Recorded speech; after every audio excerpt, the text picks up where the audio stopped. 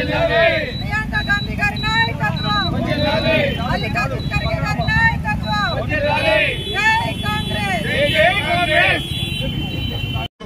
భారతదేశ వ్యాప్తంగా భారతీయ జనతా పార్టీని ప్రజలు వ్యతిరేకిస్తా ఉన్నారు అన్నదానికి నిదర్శనమే ఇప్పుడు ప్రస్తుతం వెలువడుతున్నటువంటి ఫలితాలు.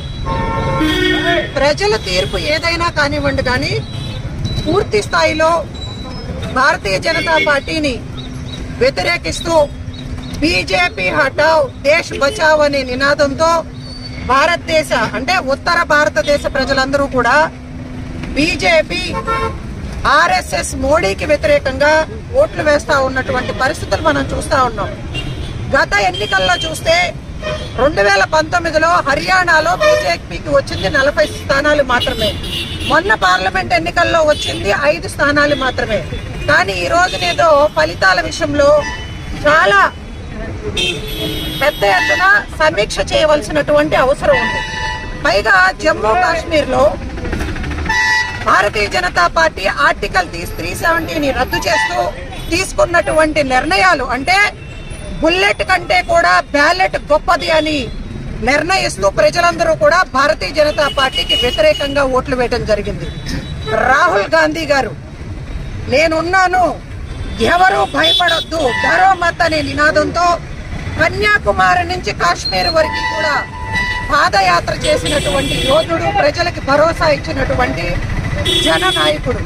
అదేవిధంగా మణిపూర్ నుంచి మహారాష్ట్ర వరకు కూడా న్యాయయాత్ర చేసి ప్రజలకి అండగా ఉంటాను అని చెప్పి ఒక నమ్మకాన్ని కలిగించినటువంటి గొప్ప ధీరుడు, జననాయకుడు రాహుల్ గాంధీ గారికి మద్దతుగా ఆయన ఉన్నాడు అన్న ధైర్యంతో భారతీయ జనతా పార్టీకి వ్యతిరేకంగా ఈ రోజులు ప్రజలు బయటకు వచ్చి చాలా ధైర్యంగా ఓట్లు వేస్తా ఉన్నారు. ఆ ఫేస్బుక్ లో చూశాను, ఒక జనసేన నాయకుడు చలవశెట్టి రమేష్ గారు స్వయంగా ఫేస్బుక్ లోకి లైవ్ లోకి వచ్చి, అయ్యా మమ్మల్ని కూడా కలుపుకునికోండి, మేము కూడా ఉన్నాము ఈ మద్యం వాటాలు పంచుకోవటానికి అని చెప్పి మాట్లాడుతున్నటువంటి పరిస్థితి. ఇక్కడ స్థానికంగా ఉన్నటువంటి గన్నవరం నియోజకవర్గం ఎమ్మెల్యే గారు ఎక్కడా కనపడలేదు అని చెప్పి ప్రజలు చెప్తా ఉన్నారు. వరదలు వచ్చినాయి, అనేక ప్రాంతాలు జలమయమైనవి, మునిగిపోయినాయి, కానీ స్థానిక ఎమ్మెల్యే మాత్రం కనపడలేదు అని చెప్పి ప్రజలు స్వయంగా నాకు చెప్పడం జరిగింది. వరద ప్రాంతాలలో పర్యటించలేదు, ప్రజలకు అండగా నిలబడకుండా నేను ముఖ్యమంత్రి చంద్రబాబు నాయుడు గారికి సేవ చేస్తా ఉన్నాను, ఆయన మంచి చెడులు చూసుకుంటా ఉన్నాను, మరి ముఖ్యమంత్రి గారికి ఇతర పెద్దలందరికీ కూడా భోజన ఏర్పాట్లు చేస్తున్నాను అని చెప్పి మిమ్మల్ని గెలిపించింది గన్నవరం నియోజకవర్గ ప్రజలు. ముఖ్యమంత్రి గారికి సేవ చేసుకోవాలంటే ఇతర చాలా రకాలుగా మీరు సేవ చేసుకోవచ్చు. ఇప్పటి వరకు కూడా ముంపు ప్రాంతాలలో, మునిగిపోయినటువంటి ప్రాంతాలలో ఇళ్లు శాంతం మునిగిపోయి రోడ్డు మీద పడినటువంటి ప్రజలకి అందుబాటులోకి రాలేదు అని చెప్పడమే కాకుండా మద్యం పాలసీ టెండర్ల విషయంలో అధికార పార్టీకి చెందినటువంటి టీడీపీ నాయకులందరూ కూడా వాటాలు పంచుకోవటానికి తహతహలాడుతా ఉన్నారు అని చెప్పి మా దృష్టికి వచ్చింది.